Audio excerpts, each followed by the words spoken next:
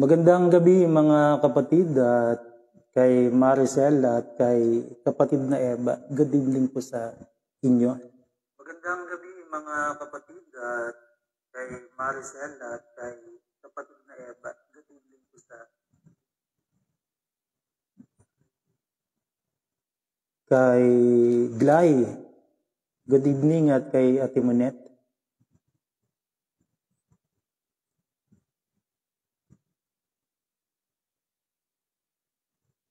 At kay Russell, kapatid na Russell. Magandang gabi po sa bawat isa. Ako po ay si Pastor Arcel at nandito po tayo ngayon sa lugar ng ating church sa Dumarais, sa Tarlac. Kamusta po kayo dyan? At kamusta yung mga naging activities po ninyo ngayong Holy Week?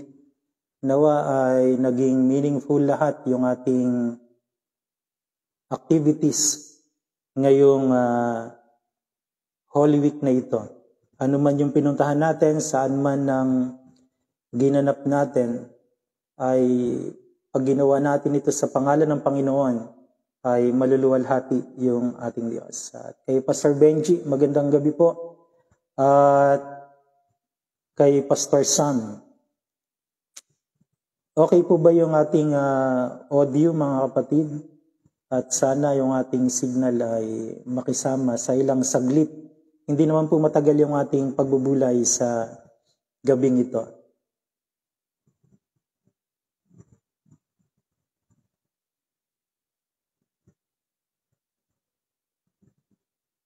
Pastor Larry, magandang gabi. Sister Pops, kamusta? Magaling na? At patuloy kong panalangin na maranasan mo yung complete healing na galing sa ating Panginoon. Kapatid na Pops.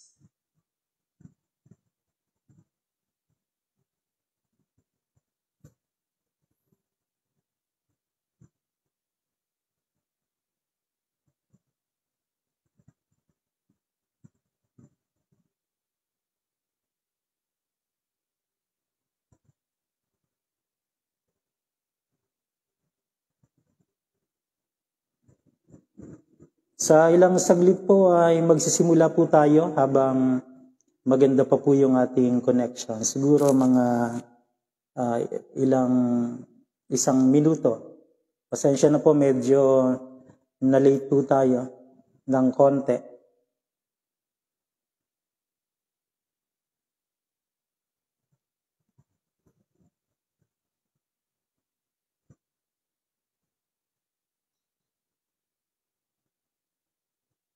Kagandahan dito po sa ating gawain sa online, sa Facebook po, ay pwede nating maulit yung isang devotion, isang preaching na nadinig natin para mas maunawaan po natin. Diakonessa Laring, magandang gabi po. Kamusta po?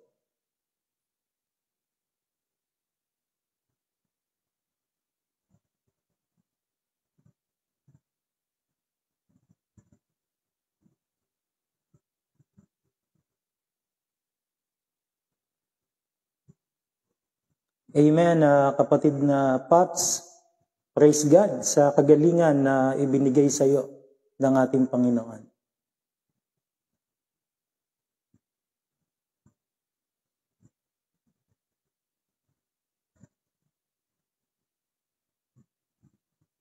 Magsisimula na po tayo at bago tayo mag-pray ay nagpapasalamat tayo sa Diyos sa patuloy na kalakasan na ibinibigay niya po sa ating lahat at yung gawain natin ay nagpapatuloy sa Malabon, dito sa Tarlac at sa Bulacan at patuloy po nating ipag-pray na yung ating gawain ay maging malago sa biyaya ng Diyos at gamitin yung ating kapatiran, yung ating church na maging ilaw ng ating community kung nasaan po tayo. Magandang gabi, Ate Paz.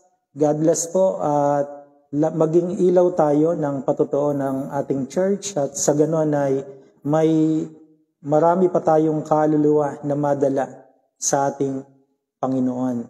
Ayan po yung prayer natin at pinagpapasalamat natin na nagpapatuloy tayo sa ating mga gawain face to face at maging sa online na panalangin sa Malabon. Online yung kanilang prayer meeting. Dito sa Tarlac, ang aming panalangin ay every other Friday. Yung prayer meeting namin face-to-face. Tapos next week naman ay mag-serve na lang ng mga prayer item sa GC at magpe-pray sa bawat bahay. Tapos sa susunod na Friday, panalangin na naman. At sa Norsagaray naman ay nagpapasalamat tayo sa Diyos sa ating gawain, sa ating mga kapatid doon na patuloy na nagsisikap na makapaglingkod sa Panginoon. Bagamat sabihin natin na busy yung bawat isa, pero nagsisikap na magkaroon ng oras sa paglilingkuran sa Panginoon. Kaya purihin ang Panginoon dahil sa Norsa po, meron tayong cell group every Thursday. Pero ngayong week ay hindi tayo nag-cell group doon. Next week ko magre-resume yung ating cell group sa bahay nila kapatid na Bobby. At yung mga gawain natin, yung mga visitation at yung ibang cell group ay magre-resume po next week sa biyaya ng Panginoon. Nagpapasalamat tayo kasi may mga dinadala ang Panginoon sa gawain natin sa Norsagaray. At I believe na ganun din po sa bawat local church ng Edified ay patuloy nating ipag-pray na magamit tayo ng Panginoon na ma-preach yung gospel. Kasi doon naman tayo tinawag ng ating Panginoon. Magandang gabi po, kapatid na Rose Bacani. God bless you po at ingat po kayo sa lugar na kung nasaan po kayo. Tayo'y manalangin. Amang Diyos na makapangyarihan sa lahat, kami ay nagpupuri sa iyo at pinapasalamatan ka namin sa pagkakataon na ito na kami ay merong gawain, Panginoon, online. Panginoon, bagamat kami magkakahiwalay sa pisikal na kalagayan, ikaw ay kasama po namin sapagkat ikaw ay omnipresent. Na sa lahat ka ng dako, hindi ka nalilimitahan ng oras, ng panahon, ng araw, kaya sinasamba ka namin sama-sama ngayon. Nasa bahay man o nasaang lugar kami, Panginoon, dinadakila namin ang iyong pangalan. Niluluwalhati ka namin at sinasamba ka namin. At salamat, Lord, sa pagkakataon na kami pinagsama-sama mo sa iyong katawan ng Edified Christian Center upang sa ganon magamit mo po kami.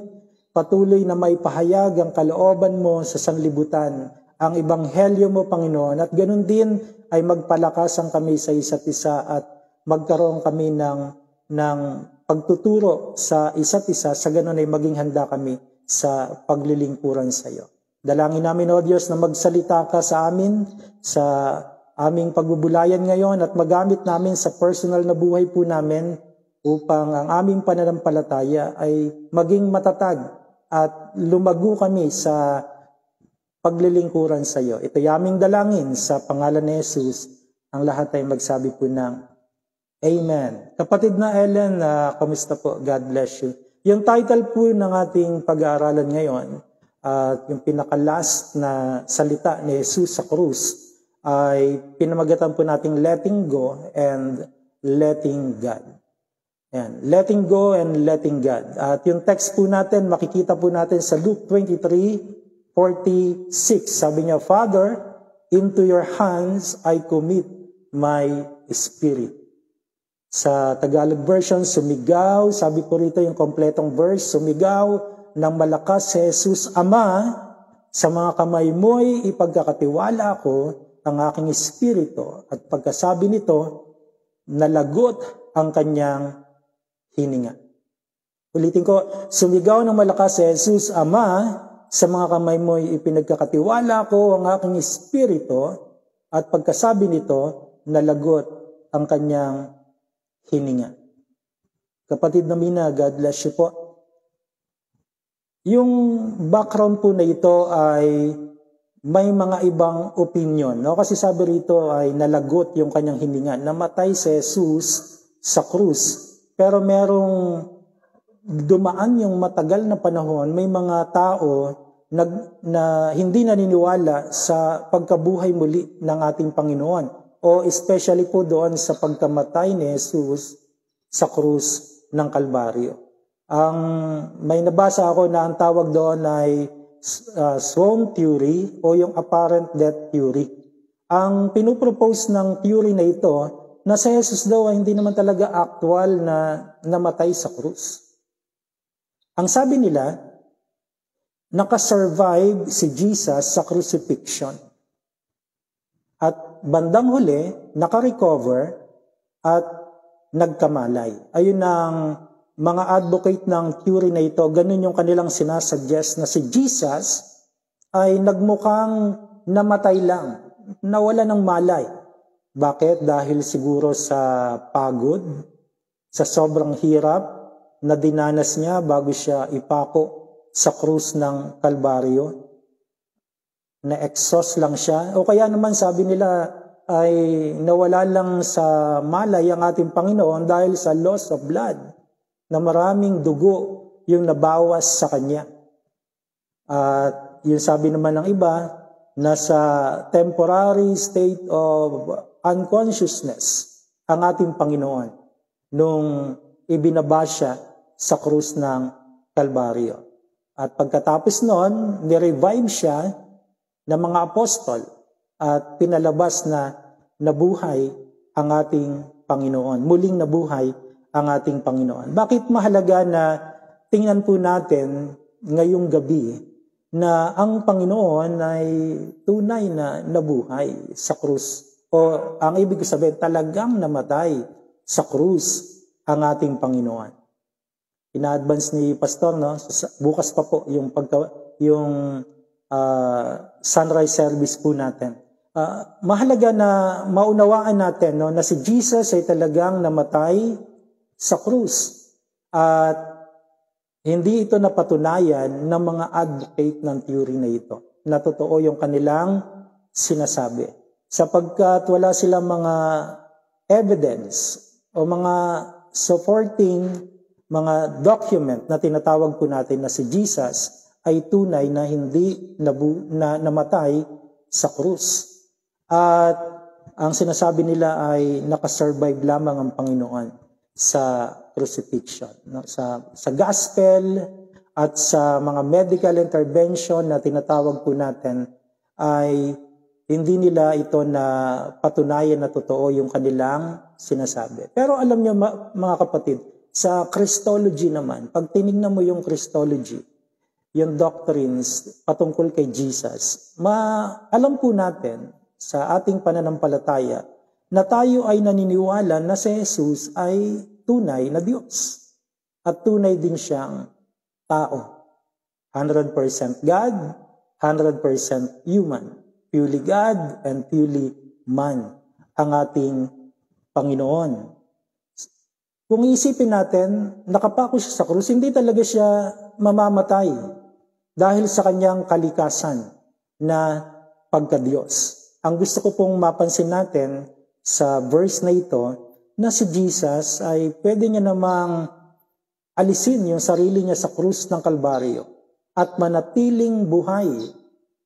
At pagkatapos noon ay ipakita niya na siya'y makapangyarihan dahil hindi nga siya namatay sa krus. Pero hindi niya po ginawa yon. Hindi niya pinili yung bagay na yon.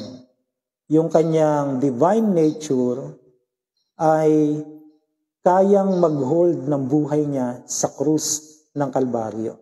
Pero mga kapatid, itong statement ng ating Panginoon sa verse na ito ay nagpapakita na willingly binigay ni Jesus yung kanyang buhay. Na sinurrender niya yung kanyang buhay para sa kanyang mission ay magkaroon ng katuparan. Ayan ang mahalagang makita natin. No? Tama, may mga theory na nagsasabi na hindi talaga ganoon ang nangyari kay Jesus, pero pinatunayan ng gospel, ng salita ng Panginoon, at ng mga witness nung panahon na yon na tunay na namatay si Jesus. Maging yung mga sundalong Romano ay napatunayan nila dahil yung mga Roman soldier ay expert no sa crucifixion at alam nila kung buhay o patay pa yung nakapako sa krus. Tama, hindi binali yung kanyang buto, yung kanyang hita, subalit tinusok naman siya ng isang sundalo sa tagiliran para mapatunayan na talagang patay na si Jesus habang nasa krus. Ayan ang mahalagang maunawaan natin. No?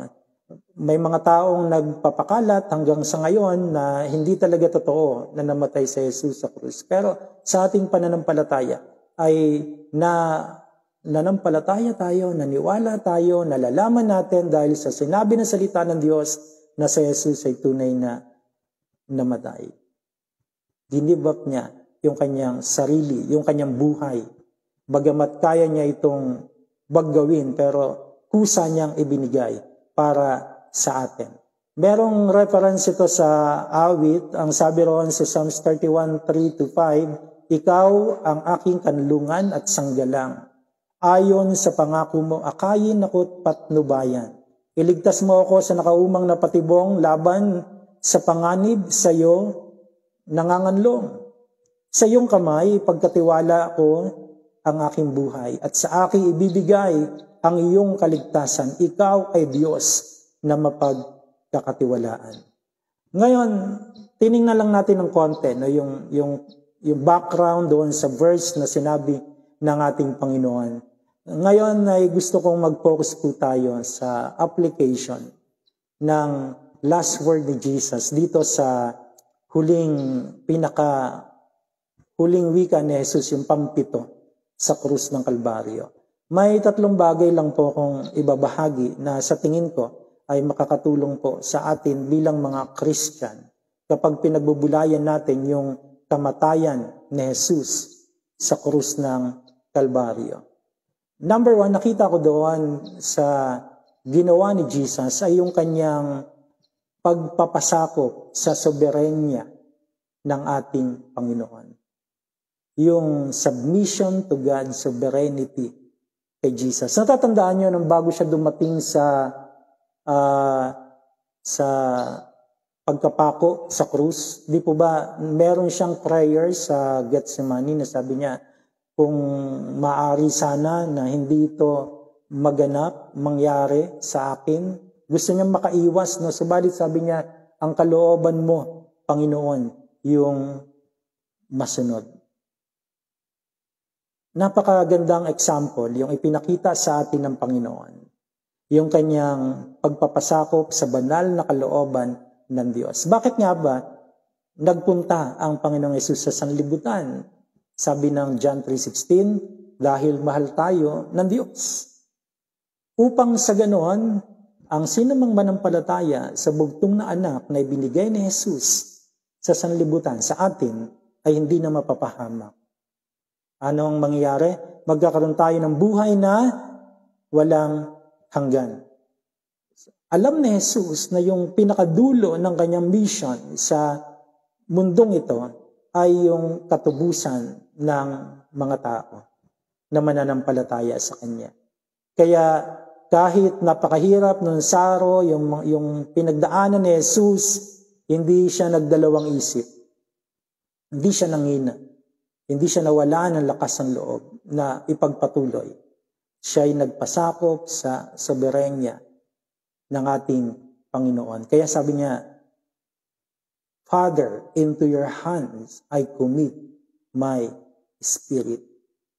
Absolute surrender yung ginawa ni Jesus sa banal na kalooban ng ating Diyos. Ipinagkatiwala ni Jesus ang kanyang sarili sa plano ng Diyos sa kabila na alam ng Panginoon na magbubunga ito ng kamatayan ng sarili niya, ng ating Panginoong Hesus. Hindi niya inisip yung mga bagay na yun, kundi nakapokus siya doon sa plano ng Diyos sa pag-redeem sa sanlibutan, sa pagliligtas na gagawin ng Panginoon.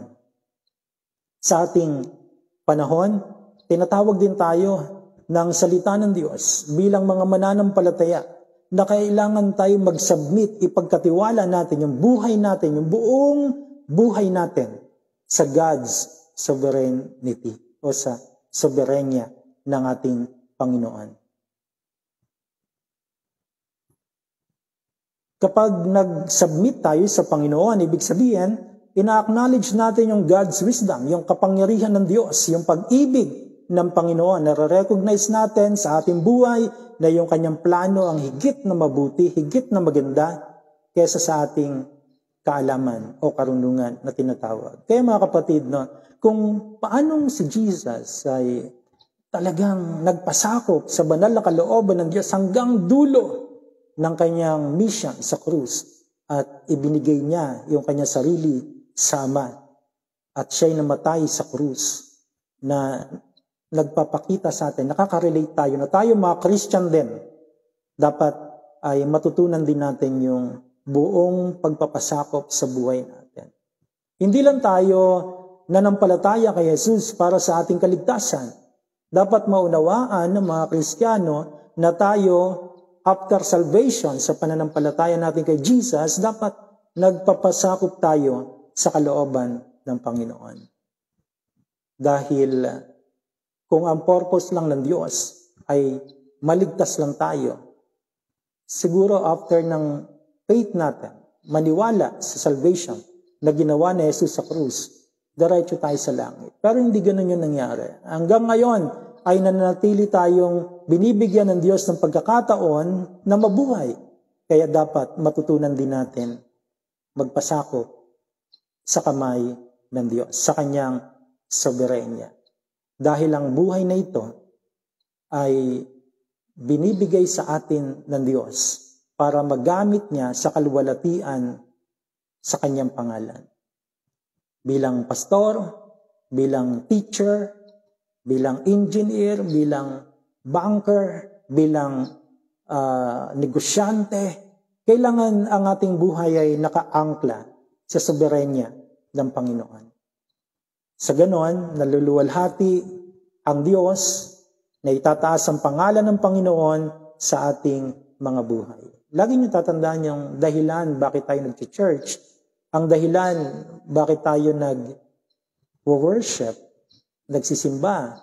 Wala namang ibang motivation dyan, kundi ang motivation natin ay yung pag-ibig ng Diyos at yung ginawang pagliligtas ni Jesus sa atin sa pamamagitan ng kanyang kamatayan sa krus.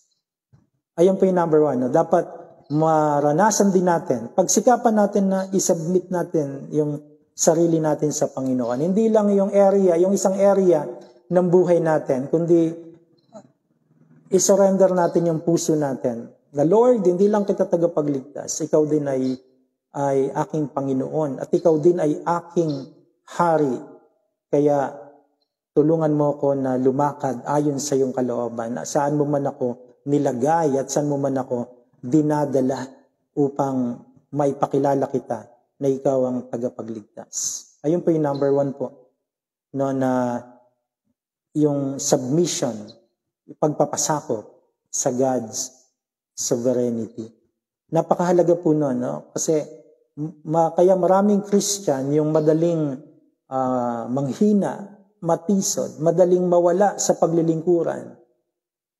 Yung hindi lumalalim yung ugat sa Panginoon. Kasi ayun yung kulang, yung submission. Pagpapasakop sa kalooban ng Diyos sa kanyang buhay. Hanggang sa salvation lang siya. Hindi ganon. Doon nagsisimula yung ating buhay. Kaya sabi ni Pablo, ang sino mang na kay Kristo ay bago ng nilalang. Wala na yung kanyang dating pagkatao. Siya ay pawang bago na. So nagkakaroon ng regeneration sa ating puso, sa ating buhay. Binago tayo ng Diyos at lalakaran natin yung bagong buhay na ito. Sa ganon, sa pamagitan ng pagpapasakop natin sa kalooban ng Panginoon, katulad ni Jesus, bagamat hindi natin magagaya yung talagang pagpapasakop ni Jesus na ating Panginoon sa kalooban ng Diyos. Pero dapat maintindihan natin, importante sa Christian growth, sa ating Christian living, yung submission sa soberenya ng ating Panginoon. Number 2 po, ang ating Panginoon ay nagtiwala doon sa tinatawag nating divine providence ng ating Panginoon. Ano yung ibig pong sabihin na ito?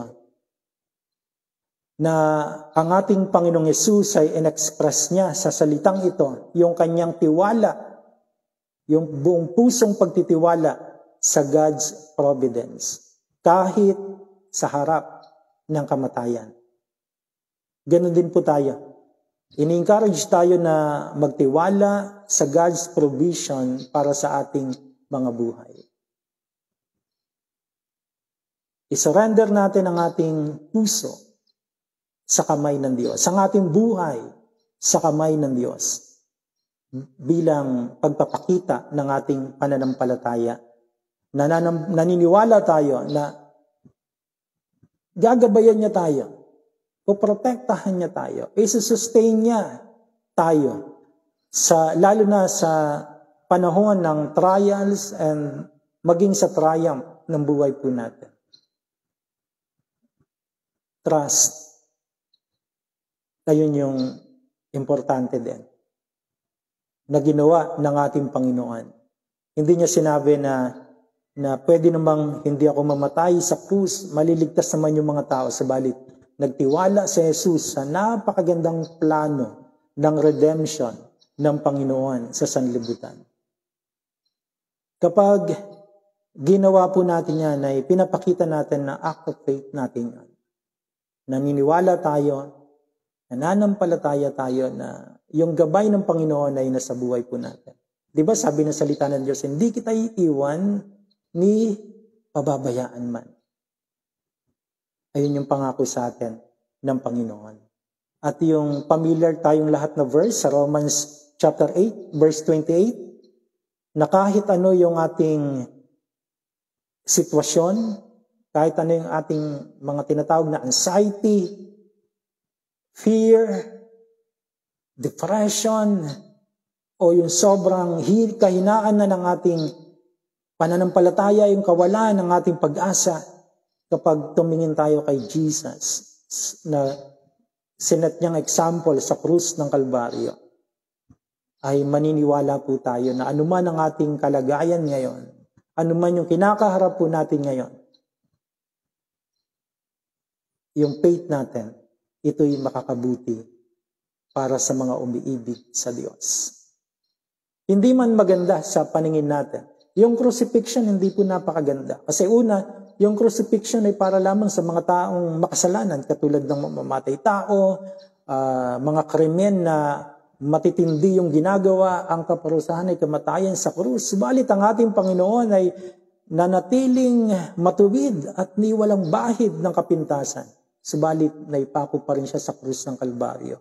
Hindi maganda sa pandinig, sa paningin ng mga tao ng panahon na yon. Subalit nagtiwala si Jesus na kahit dumaan siya at mamatay siya sa krus, alam niya, makakabuti to sa lahat. All things work together for good. Lalo na sa mga tinawag ayon sa kanyang layunin. Sabi po sa verse 28 ng Roma chapter 8. Ano yung situation mo ngayon, kapatid? Meron ka bang sakit? Meron ka bang karamdaman?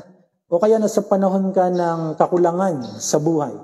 Meron kang matinding kalungkutan na nararamdaman na hindi mo naiintindihan ang lungkot mo. Naiiyak ka na lang, nasasaktan ka na, parang wala namang dahilan. No? Nasa depression ka na pala. Meron ka na palang mental illness na tinatawag po natin. O kaya naman ay sa pinansyal, sa material na bagay, halos araw-araw ay parang nasa surviving situation lang tayo. Survival mode lang tayo. Yung nakakaraos lang tayo. At kapag medyo sumablay, hindi tayo kakain. O kaya hindi natin mapoprovide yung ating mga pangailangan. Bilang Christian, hindi yan magiging dahilan para umatras tayo sa laban natin. Amen? Sa faith natin. Sapagkat naniniwala tayo.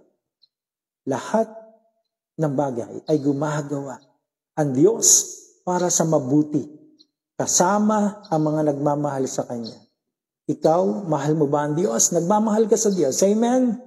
Yung situation mo ngayon, kayang gamitin ng Panginoon para sa Kanyang kaluwalhatian. Para sa Kanyang glory. Ang kailangan mo lang gawin, magtiwala sa provision ng Lord. Kahit yung panahon na hinang-hina ka na, yung nawawalan ka na ng pag-asa, Kapatid, ipuprovide din ng Diyos kahit yung inner strength na kailangan mo, yung lakas ng puso, lakas ng katawan ay kayang i-provide ng Diyos sa'yo. Ang kailangan mo lang gawin, huwag sumuko. Hindi sinabi ni Jesus sa krus, Ama, ayaw ko na. Ang sinabi niya, ibinibigay ko sa iyo ang aking Spirit. Ganon din tayo. Lord, tama, hindi ko naintindihan yung nararamdaman ko ngayon. Hindi ko alam at hindi ko ma-explain yung situation ko ngayon, Panginoon. Subalit, nagtitiwala ako, magtatagumpay ako dito. Kung paano ka nagtagumpay sa krus, magtatagumpay din ako. Ipoprovide mo yung kailangan ko. Pag sinabing provision, hindi lang naman sa pera, sa material na bagay, sa lahat ng ating pangangailangan. Dahil mahal mo ang Diyos at tinawag ka niya sa kanyang layunin para ipakilala mo siya, mag-glorify yung kanyang pangalan sa buhay mo, ipoprovide niya yung lakas na kailangan mo. Kahit yung katiting na lakas ka na lang meron, kapag nagtiwala ka sa Diyos, muli kang lalakas. Ano yung sabi ni Pro? Sa Isaiah po ba yun? Yung lilipad ka parang isang agila, lalakas ka, palalakasin ka ng Diyos. Mahina ba yung kalooban mo ngayon? Nawawalan ka na ba ng pag-asa? Kapatid, sabihin mo lang sama, Panginoon, hindi ko alam paano solusyonan to. Hindi ko alam mangyayari bukas sa susunod na araw. Pero pagkakatiwala ko sa iyo, yung buhay ko. Pangatlo, mga kapatid, at bilang panghuli, ang pwede nating makita sa Father, into your hands I commit my spirit, ay mamuhay tayo na naka-align sa kalooban ng Diyos. Ulitin ko, mamuhay tayo, pangatlo po, na ang ating buhay ay nakalinya, naka-align sa God's will na tinatawag. Itong sinabi ni Jesus, hindi lang ito prayer para sa oras na yon na dahil nasa crisis siya. Dahil nasa crisis yung buhay niya. Hindi po yan. Yung binanggit ni Jesus dito ay declaration ng commitment niya sa God's will. Tayo bilang Christian, kailangan lagi rin nating iahayag sa bawat araw ng ating buhay yung ating pagde-declare ng commitment natin sa Diyos. Alam niyo minsan, nakaka-feel tayo na parang ayaw ko umattend muna ngayon, na ayaw mo nang magdalaw ngayon, o kaya ayaw ko munang mag-church. Ayaw ko muna kasi may pinagdadaanan ka, o kaya na-out of focus ka sa pananampalataya mo dahil sa situation mo, o kaya may umaagaw ng puso mo na iba. Pero mga kapatid, kailangan focus tayo sa kalooban ng Diyos. Na ang ating buhay dapat nakasandig sa kalooban ng Ama. Yung ating desire, yung ating action, yung ambition natin, dapat nasa ilalim ng perfect will ng Diyos. Sa perpektong kalooban ng Diyos. Anong ibig ko sabihin? Minsan, tayong mga Christian natitempt dahil sa ating mga personal ambition, sa mga goal natin sa buhay, sa mga pangarap natin, sa mga activities natin ginagawa outside sa church. Kasama na dyan yung pagpapamilya, pagtatrabaho, pag-aaral, pagninegosyo, pagsisikap na guminhawa, yung buhay natin. Hindi naman masama yung mga bagay po na yan. Importante at kailangan po natin yung mga bagay na yan. Kaya lang, dapat hindi nawawala yung buhay mo ay naka-align sa kalooban ng Diyos. Habang ikaw'y nag-aaral, dapat ikaw ay nakasandig sa God's will, sa perfect will at plan ng Diyos sa iyo. Lagi natin tatandaan, nilalagay tayo ng Diyos. Hindi naman lahat tayo pastor, hindi naman lahat tayo missionary. Iba-iba yung calling sa atin ng Diyos. Tinawag kang magpulis, tinawag kang magsundalo, tinawag kang mag-abogado, tinawag kang maging guro, o anuman yung ating karera o kinalalagyan ngayon, ang gawin po natin, isandig natin yung buhay na yan sa God's will. Para tayo ay naaabot natin yung gusto natin, pero nasa ilalim ng kalooban ng Diyos. Ayun ang importante po. Hindi yung iiwan natin yung Panginoon. Lagi kong sinasabi, isama natin sa plano ng buhay natin yung Diyos. Lagi nating isama. At naniniwala ako na kapag ginawa natin yung mga bagay na ito, magkakaroon tayo ng tinatawag na Jesus first attitude sa buhay po natin. Una, si Kristo sa lahat. Ang pagiging una ni Kristo sa lahat ay hindi ibig sabihin na magpapabaya ka sa pamilya mo, magpapabaya ka sa pag-aaral mo, magpapabaya ka sa trabaho mo, o sa negosyo mo. Hindi ganoon. Kapag ang buhay na nasa ilalim ng banal na kalooban ng Diyos at nakasandig ka sa nais ng Panginoon, yung desire mo, yung action mo, yung ambition mo, nasa ilalim ng gusto ng Diyos. Na ang dulo nun ay papuri, mag-glorify yung pangalan ng Panginoon. I-surrender po natin, mga kapatid, yung buhay natin sa purpose ng Diyos para ma-fulfill yung kalooban ng Diyos sa buhay mo. Teacher ka, ilang beses ka nang nakapag-share ng word sa mga student mo. May mga nakakausap tayo araw-araw na nabanggit mo ba si Jesus sa kanila? Yung pangarap natin, nasa kalooban ba ng Diyos?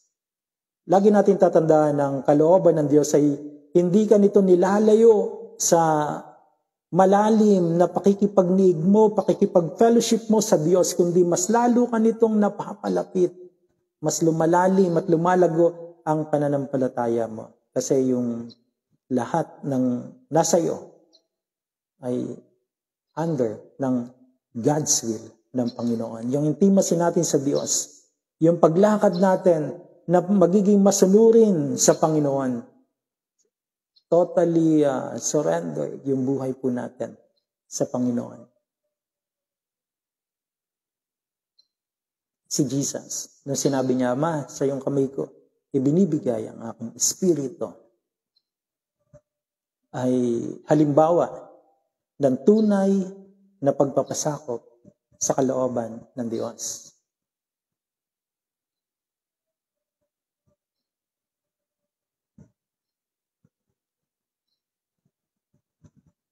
Mga kapatid, bilang panghuli, ang ating pinag-aralan mula nung nagsimula tayo sa unang wika hanggang ngayong gabi at bukas sa Sunday worship po natin. Tingnan natin ito na ang salita ng Panginoon sa krus ay pagpapakita lamang na si Jesus ay nagpakumbaba sa Ama, nagpasakop sa Ama. Pinagkatiwala niya yung kanyang espiritu sa Panginoon. Ganon din po tayo. Sa pagtitiwala natin ng ating buhay sa kamay ng Diyos, ina-acknowledge natin yung sovereignty ng Panginoon. Na alam natin, yung nagaganap sa buhay natin, may purpose ang Diyos. May message ang Lord. Kaya niyang gamitin ito sa kalwalatian niya. Kaya magtiwala tayo sa provision, sa providence ng Diyos. At i-commit natin yung buhay natin na naka-align sa divine purpose ng ating mga buhay. Amen?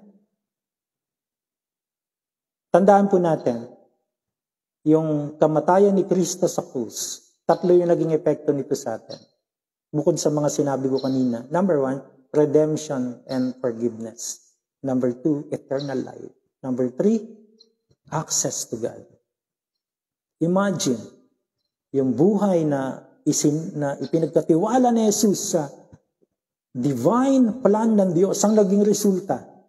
Redemption and forgiveness. Bagamat patungo tayo sa impyerno, kinansel ng Diyos yung ating biyahe papuntang impyerno dahil sa kaligtasang pinrovide ng ating Panginoon. Kaya nagkaroon tayo ng eternal life, buhay na walang hanggan. May katiyakan tayo ng buhay na walang hanggan, hindi dahil sa gawa mo, hindi sa pagsisikap mo, kundi sa ginawa ni Kristo sa krus ng Kalbaryo. Pero dapat, after nun, papatunayan natin yung faith natin na tayo tunay na ligtas. At panghuli yung access to God. Huwag niyong kasawaan. Mga kapatid, huwag nating kasawaan yung magkaroon tayo ng personal communion sa Diyos. Mag-devotion tayo, mag-pray tayo, mag-Bible reading tayo. Magsimba tayo. Hindi na natin tatanungin dapat yung sarili natin, mag-church ba ako ngayon? Magsiserve ba ako ngayon? Papasok ba ako sa ministry? Magpa-participate ba ako sa church? Tutulong ba ako sa mga pastors, sa mga workers? Involve ko ba yung sarili ko? Hindi na dapat natin tinatanong. Lalo na kapag naunawaan mo, yung ginawa niya sa krus ay para sa iyo.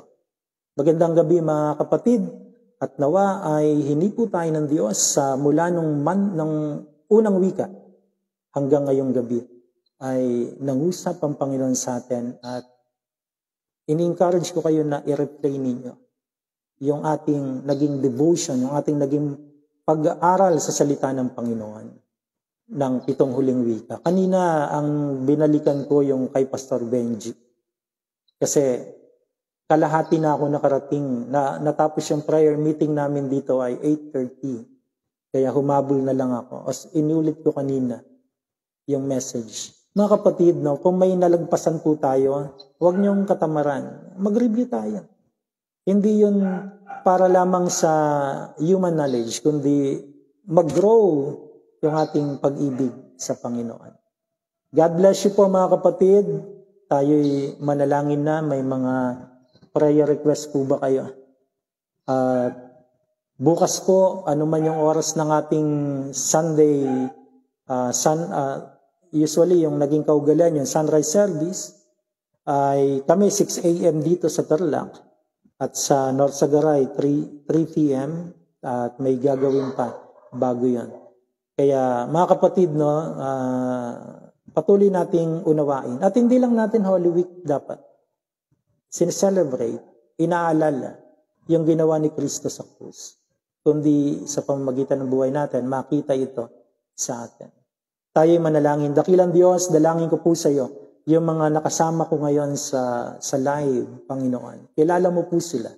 Alam mo yung kanilang mga personal na pangangailangan, yung mga pagsubok nila, yung sitwasyon nila.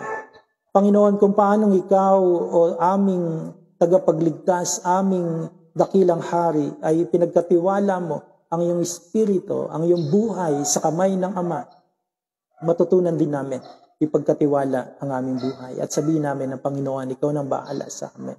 Hindi namin naintindihan ngayon. Nasasaktan kami ngayon.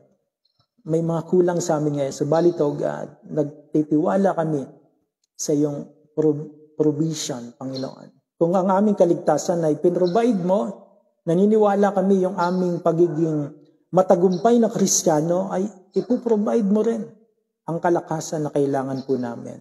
Ibalik mo yung init ng aming pag-ibig sa iyo. Bigyan mo kami ng kasiyahan sa tuwing nasa fellowship kami, mapa-online o kaya mapa face-to-face, Panginoon.